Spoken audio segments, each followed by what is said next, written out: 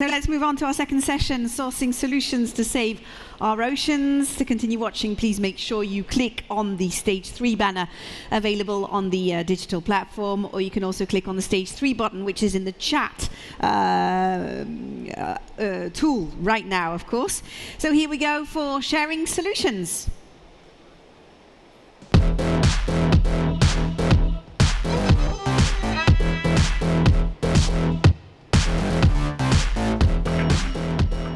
So you just joined us on the digital platform. A very warm welcome, of course, to Vivatech. I'm Louise Eklund. I'm your host for today.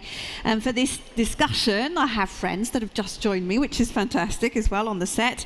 And Marieke, you are the co-founder and Chief Business Development Officer of the Great Barrier Bubble. Is that correct? Yeah, that's correct. Fantastic. Really great to have you with us today. And Fionn, you are the inventor and grand prize global winner of the Google Science Fair for 2019 for your invention, and I'm really looking forward to hearing about it, of course, in a couple of seconds.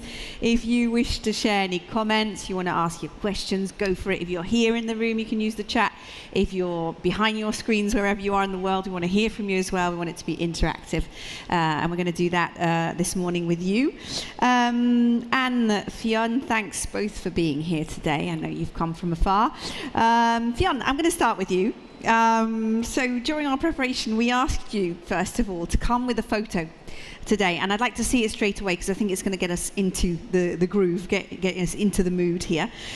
Here's the picture. Let's take a look at it. And you could maybe sort of tell us why you specifically chose it. Do we have the picture? Yes, there we are. Absolutely. So first of all, the thing about this picture actually is a little bit of a Photoshop picture, right? So it's not one where we've added in a couple of things. Okay. But the reason why I showed this is a scanning electron microscope image of a human hair. Okay. And beside it, I put in a blue dot. Right. Now that blue dot is 5 micrometers wide, and that is kind of a typical size of a microplastic that would be inside some water that you drink. Typically, we drink about 5 grams of these a week, so about a credit card's worth of these a week. And I personally believe this is a little bit worrying, so that's why... You're scaring me already. Okay. I'm drinking a credit card of microplastic. Fantastic. Exactly. So I just want to show how small it was, and that really we can barely see them with the naked eye. Okay, so microplastic, we're going to hear a lot about this subject today, of course, thanks to you, Fionn.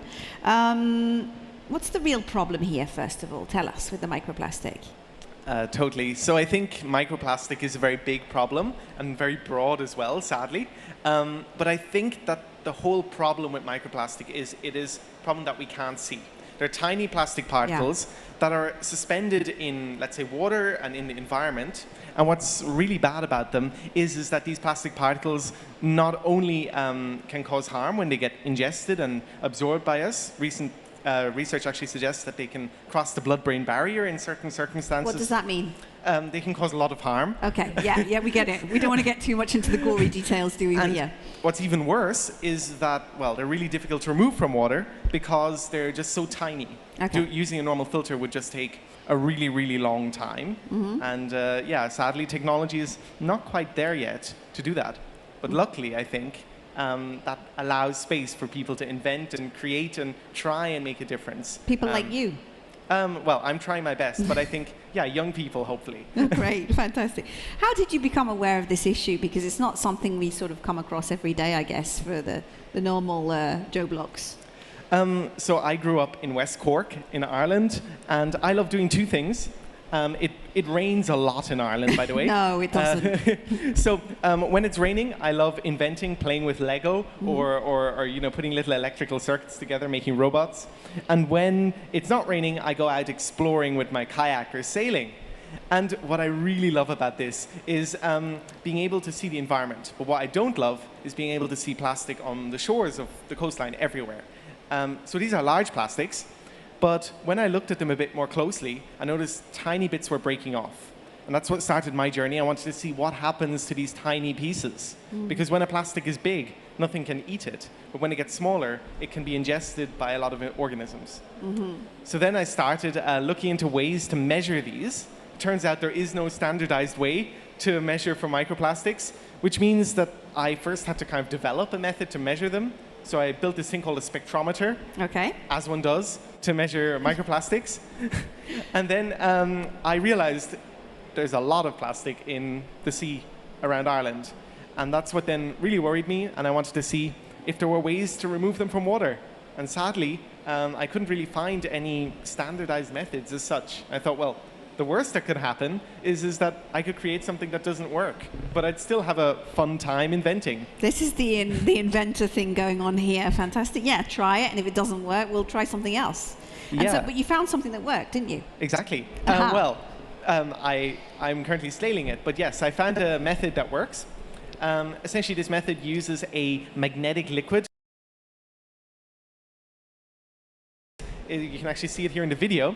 Essentially, the ferrofluid is a mixture which can attract the microplastics. It's made of vegetable oil and magnetic powder. And then, using magnets, I can attract plastics out of water. And then, basically, I'm left with this magnetic mixture where I can separate off the microplastics and then reuse that magnetic mixture to extract more microplastics from water.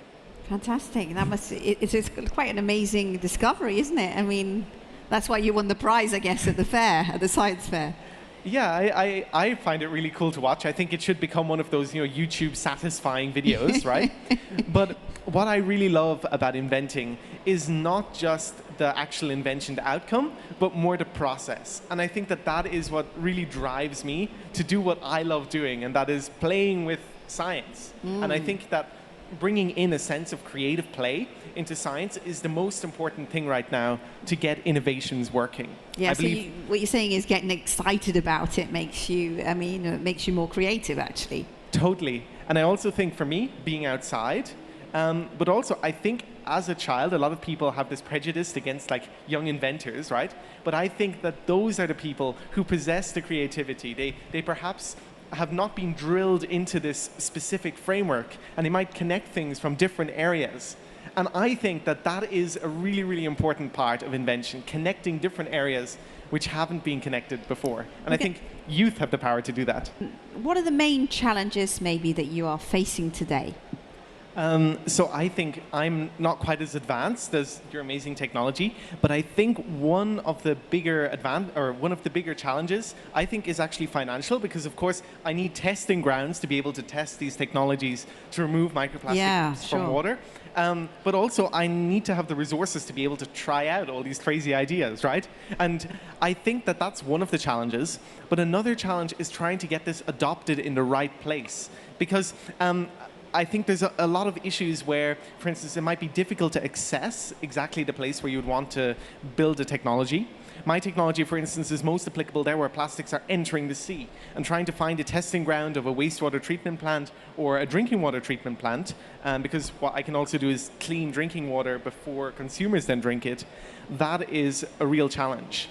But I think ultimately one of the bigger challenges about all of this is how we can educate people to stop using and producing plastic that doesn't need or goes into the environment in the first place. Yeah. Because all of these problems are caused by one big problem of plastic getting into the environment, and that is what we need to stop. There's a lot being explored to find plastic alternatives, let's say bioplastics. And I think that also, I guess we could do a whole talk about this, right? Yeah, But sure. I think that what's also really interesting and contentious about this issue is that creating plastic alternatives or different types of plastic from bioresources is not necessarily good for the environment. Those plastics can be identical to the ones that we're using in water bottles and things nowadays. So I think that what needs to be done is actually that companies bring in responsibility for the plastic products they produce, that they somehow have the end of life in mind for that product. And I think that only like that can we transition to a more circular economy. What are your plans in terms of moving forward? Because you said earlier, you're not quite at the same stage, but you're scaling up. But how are you doing that? Exactly. So I've just incorporated my business, and now all of a sudden I've had a wonderful playground of a group of engineers who can do what I want them to do on my own invention, which is so much fun. So basically what I've done is scale this from the test tube size to something slightly bigger. So currently we've got something that's more kind of, let's say, a domestic size device for the removing of microplastics from water. and also looking at ways that we can have water going through continuously. So it's not just a batch process. But actually, in the coming months to the end of the year, we're looking at a more kind of bigger model, kind of much, much larger, where we can actually test like big inflow water streams. And the idea being that we can capture microplastics at source. So let's say, for instance, a place where microplastics would be really prominent would be runoff from roads, but also wastewater. Okay. I'm quite curious because you're so young, and that's really fantastic. I mean, you're the global winner of the Google Science Fair in 2019, as I said earlier. How old are you? I'm 20. He's 20, so much younger than a lot of inventors that we meet these days. We were talking a little bit about it earlier, but I'd like to come back on that one. It's really important to keep kind of a sort of childlike mindset, really, to play. You were both talking about playing earlier, and I think this is really essential. And I'd like to put a little bit of stress on that, because I think those that are watching us today, sometimes we're sort of like, we've got our head down and we're trying to think of ideas. I mean, you've got to keep it light, don't you? Exactly. So I really strongly believe, as you say, that a sense of play is so important. I believe that the free, imaginative, creative way that children play is essential to new innovations being disruptive and able to make a change. I think that being able to apply this sense of play, trying stuff out just for the sake of it, just like I did like when I was a child, I think that is what is essential. And that, for me at least, is the definition of innovation and invention. It's just playing with ideas. It's not the outcome, but the process. I really think that people often think that the cutting edge is really far away in a field. I speak to a lot of young inventors, and they feel like it's so distant to make a difference. But I believe that the field, as long as you keep it narrow enough, if you focus on what you're passionate about, I think that that field, you can become an expert really, really quickly. And I think that one shouldn't stress about making a difference, but rather you should just spend that time enjoying, playing with ideas, and just learning more about the topic, because something will come naturally eventually if you try it out. It's statistics. Yeah, it's statistics. If you keep trying, you're going to get there in the end, right? I would like to add the urgency of removing plastic, right? Because these larger plastics, when we've got sunlight, heat, they're crashing against rocks, they are breaking down into smaller ones. I think when they're large, they're only a mechanical threat. But when they get smaller, it's more of a health threat to not just the animals, but all of us. And I think that is something, and that is something that drives these cleanup actions. We need to clean the plastics at source before they break down. So, yeah, I don't know the specifics about your device, but I do think that it's important to remove plastic, any plastic that's traveling through the system. And I think another thing is that I think these devices, they're going to outlive long past the point where plastic pollution is still being made, right? So we're going to still have plastic in the environment for so long. So that's why I think it's really important that we also focus on these devices for the long term, because microplastics are a problem that generations far after me are still going to be dealing with. And I really worry about that, and that's why I think it's so wonderful that we've chosen to work in this area. Yeah, for example, microplastics are already found in beer, in honey, in bottled water, in drinking water. It's everywhere. We are already ingesting it. And what I think is really crazy is that when I'm in the lab trying to take microplastic samples, I have to go through an incredible process to actually clean the water that I use to clean my equipment first, because everything is shedding microplastic. In fact, even my lab coat, so I wear a bright orange lab coat to make sure that I can then detect the orange bits in the sample, because there's just microplastics in our house dust, to the car tires that are wearing down, to our clothes if they're made of plastic, all the way to even our shoes walking around, and our cosmetic products. It's really worrying. And to add to that, I think we need those pioneering businesses not only to invest or fund those big tech companies that are already existent, but more any crazy, creative idea from hopefully, women-founded companies, but also youthful-founded companies. So it's so important that we just play with our ideas, and any idea could make a difference. Fantastic. Well, I really enjoyed talking to you guys. I hope you did too. Thanks so much. Thanks a lot. Thank you. And I wish you a lot of luck for the future and in developing your solutions and pushing them further on. So thanks so much for being with us.